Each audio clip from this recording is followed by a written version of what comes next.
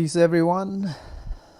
I'm here again after a while to talk about another aspect of what is in the books of God. And today I want to speak about King Solomon, the son of David, whose kingdom is talked about in the world even today with a lot of fanfare and myth, fantasy, ideas, thoughts, etc.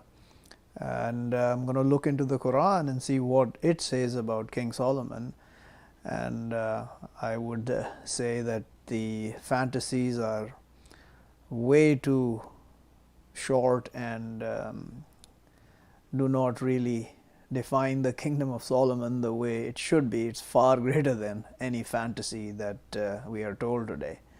So we're going to look into the Quran and see what the Quran says about this person called King Solomon. And just to give an overview, he is the son of King David, the same guy who killed Goliath, and God gave him kingship on the earth, and after him his son King Solomon. And in the Quran, with the clear sequence, I don't know about other messengers that are mentioned, but the clear sequence, this person Solomon is the last one before the family of Imran comes into the equation, who is the father of Mary, mother of Jesus, and then the story of Zachariah and Yahya, known as John the Baptist in the Christian world, is spoken of. So this is the last guy spoken of before the explanation of the story of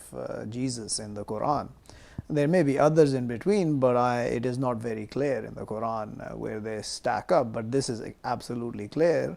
That is the clearest person before Jesus came into the equation on the earth. Yeah.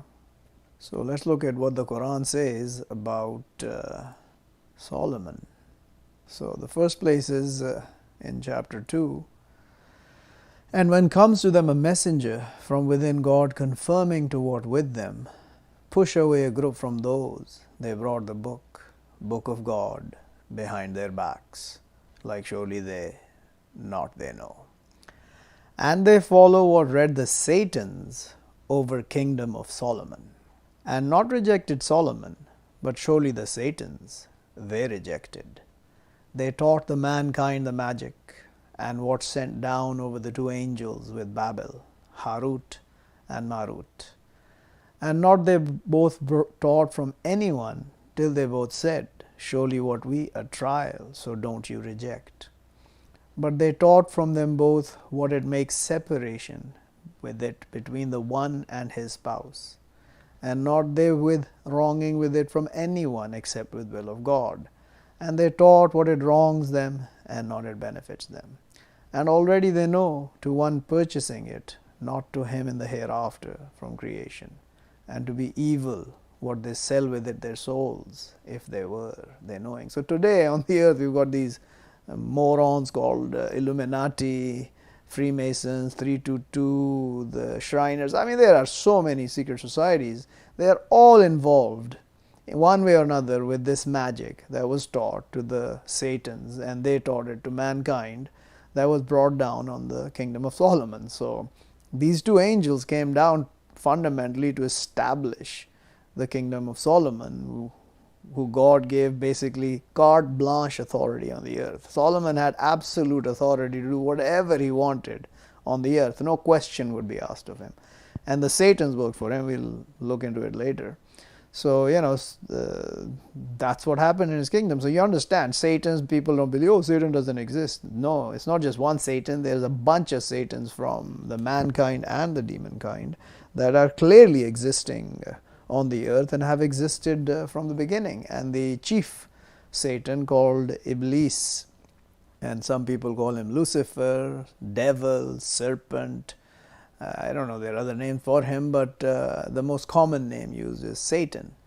And they all practice magic. So all these secret societies and all this garbage that you see told to you is technology and advancement. There is a part magic behind it, if you look deep enough. So, this is what happened at the kingdom of Solomon. These angels came down, they taught the Satan taught mankind, and they created, whatever they created was to create a separation between one and his spouse, so between husband and wife. So if you look on the earth, you can tell how much they have been successful. Just look at yourselves and your situations. Yeah, you would know if you thought a little. So let's look at another place, chapter 21, verse 79. So God is narrating. So we brought them both Solomon, and both we brought wisdom and knowledge. And we sent with David the mountains, they surely glorified, and the birds, and we were doers. So, I'll talk about David some other time. But the birds used to sing with David, and the mountains the praises of God. Literally, it isn't echo or anything like that. They used to glorify God with David in the mornings and the evenings. And we taught him manufacturing of clothes to you, to your protection from your wars. But are you thankful? And to Solomon the wind violent, she flowed with his command to the earth, the one we bless in her. And we are with everything knowledgeable. So Solomon used to control the wind. Now you can start understanding where Superman came from. Yeah, part of it. Solomon used to fly around commanding the wind. And in your Marvel stories that you marvel at, they come from an understanding of reality that happened, and God can create it again. It's not a big deal for him. So, he used to fly around and used to come to the city that's blessed, was talking about Jerusalem.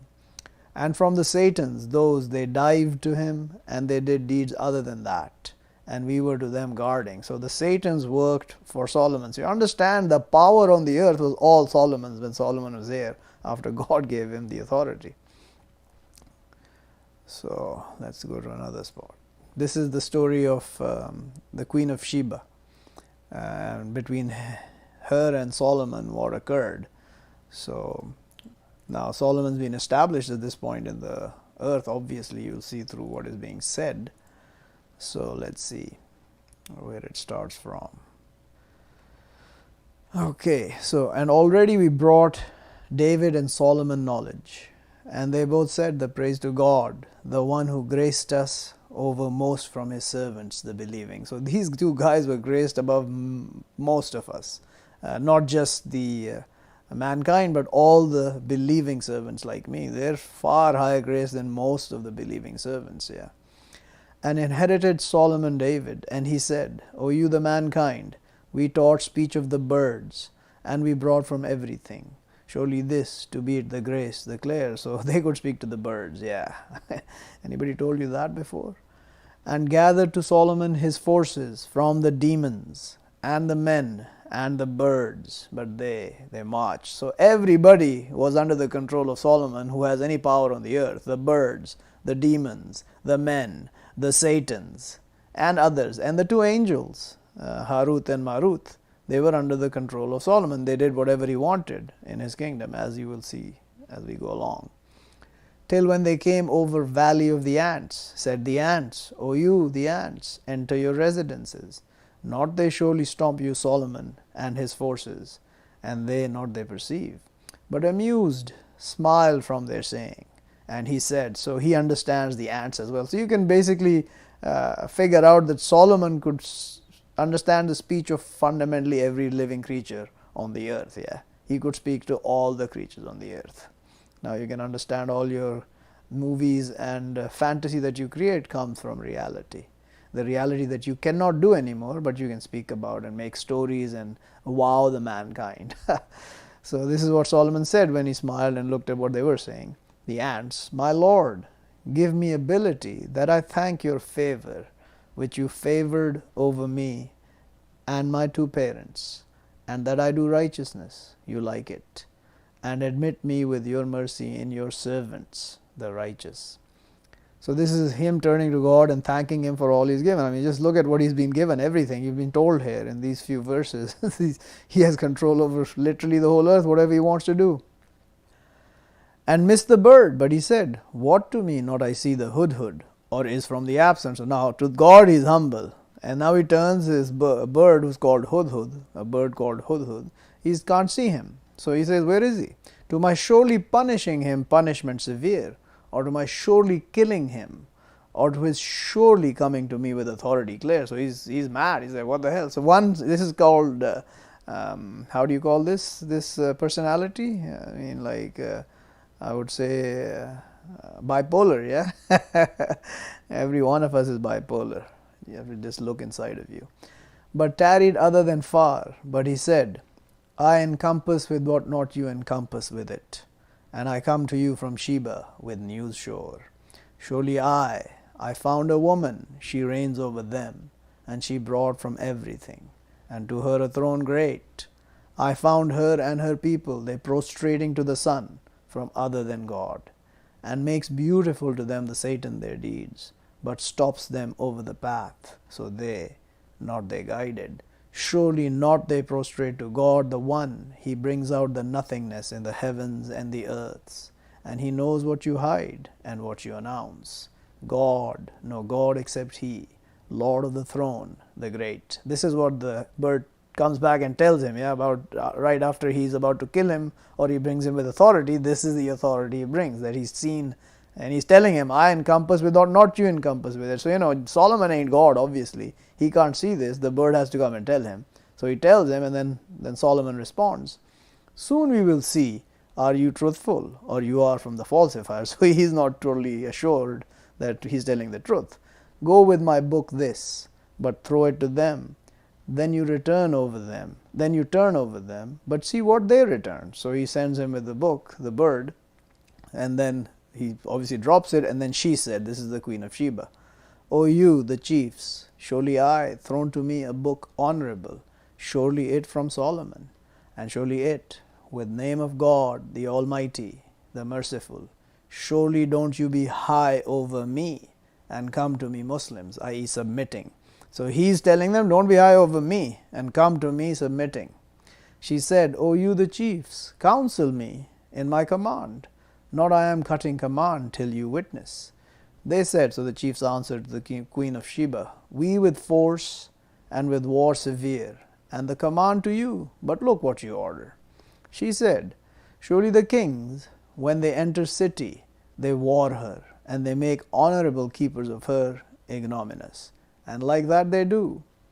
And surely I will send to them with offering, but we'll see what they return, the messengers. So she's going to send an offering of peace, some wealth, some ornament, some whatever. I don't know what it is, but there's an offering to Solomon.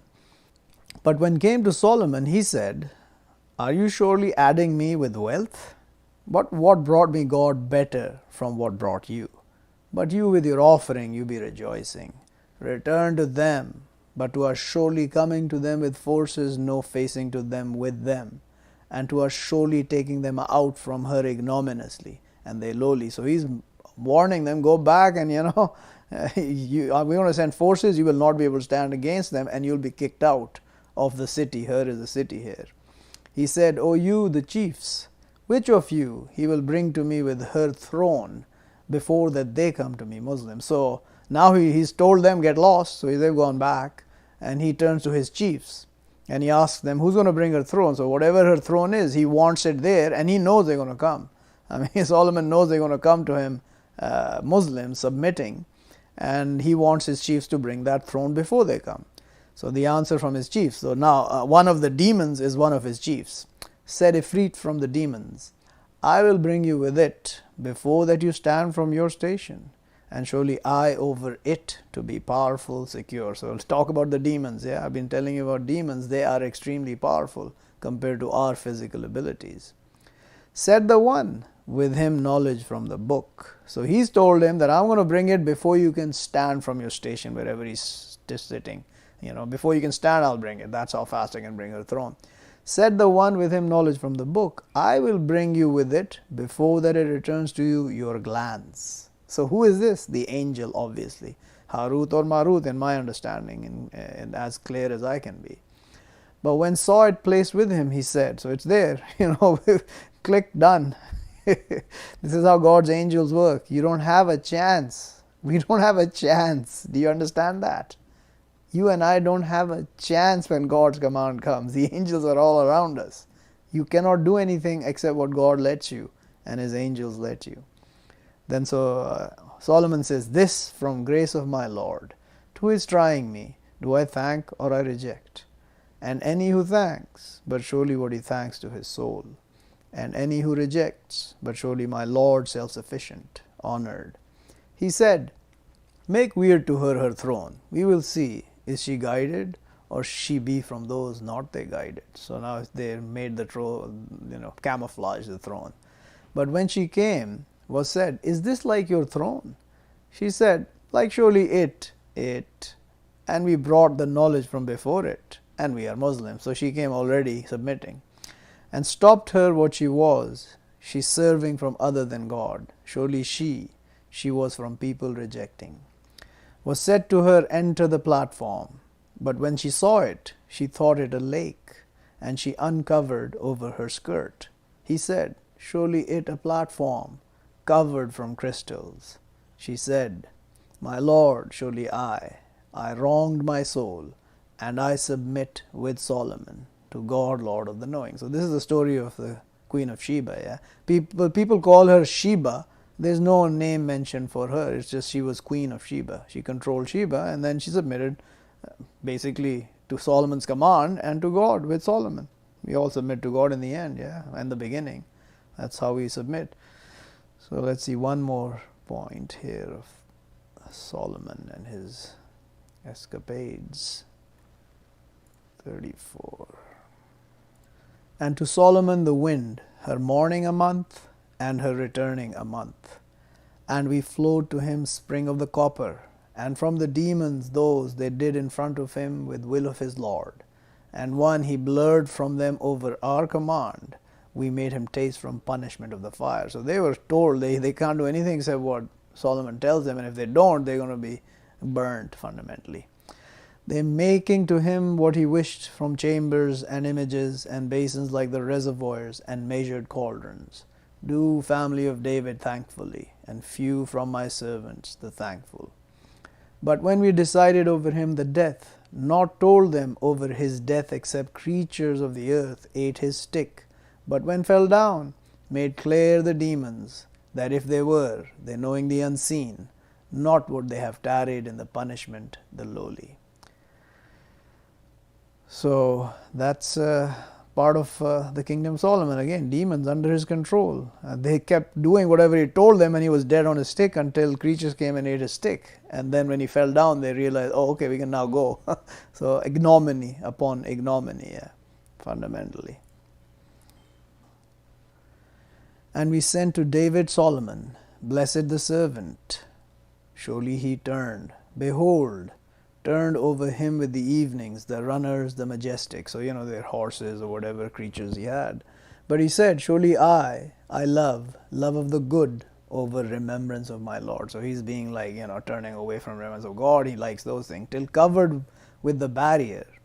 Return them over me, but past stroking with the legs and the neck. So loving the life of the world a little bit here, And already we tried Solomon, and we threw over his chair a body, then turned. So there was some stuff going on. I think the Bible has some stuff on this. This is not very clear, but God tried him because he was being a little, lover of the life of the world. So he put him some trial by throwing a body on his chair, and then he turned. So whatever happened, it was resolved, obviously. He said, my Lord, forgive to me and send to me kingdom, not it seeking to anyone from after me. Surely you the bountiful. So we sent to him the wind flowing with his command, directing where went.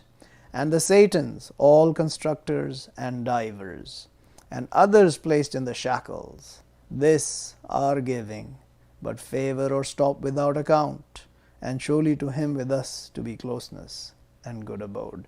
So this is the fundamental parts in the Quran that clarify what the kingdom of Solomon was all about and who he is. I mean, he had absolute authority on the earth to do whatever he wanted. He wouldn't be asked questions, no questions, no account. He could do whatever he wanted after he being a little, lover of the life of the world in this section here, and the sections before explain what he did and what happened between him and the Queen of Sheba. And in the end, obviously, they submitted. So, I mean, this guy had powers that, you and I will just joke at. Oh, this is just a fantasy. This can't be real. It's real. We look at this in the movies that we create. The reality is that it existed, and it can exist again when God wants. And when Jesus returns, some of the miracles that were done before will be done again. Now, the only rub here is that these Satans and their societies and the magic they practice will be the counter to that when Jesus comes. And that will be the trial in my mind. I mean, I don't know for sure, but that will be our trial, or what trial I think mankind will have to decide what is real and what is just garbage, just like in the case of Moses and his staff. They brought all the magicians with their staffs, and Moses' staff ate everything that they deluded. So the reality comes true in the end. But nobody believes. Nobody believed Moses either. So when Jesus returns, I don't have any qualms about saying that most of mankind will not believe the Messiah like what they rejected him the first time. They will reject him again, and the end and the punishment will come after that. So, this is the story of my brother Solomon, son of David, from the line of Jacob, who is Israel. So, with that, I'll sign off for now and come back with something else next time. Till then, peace.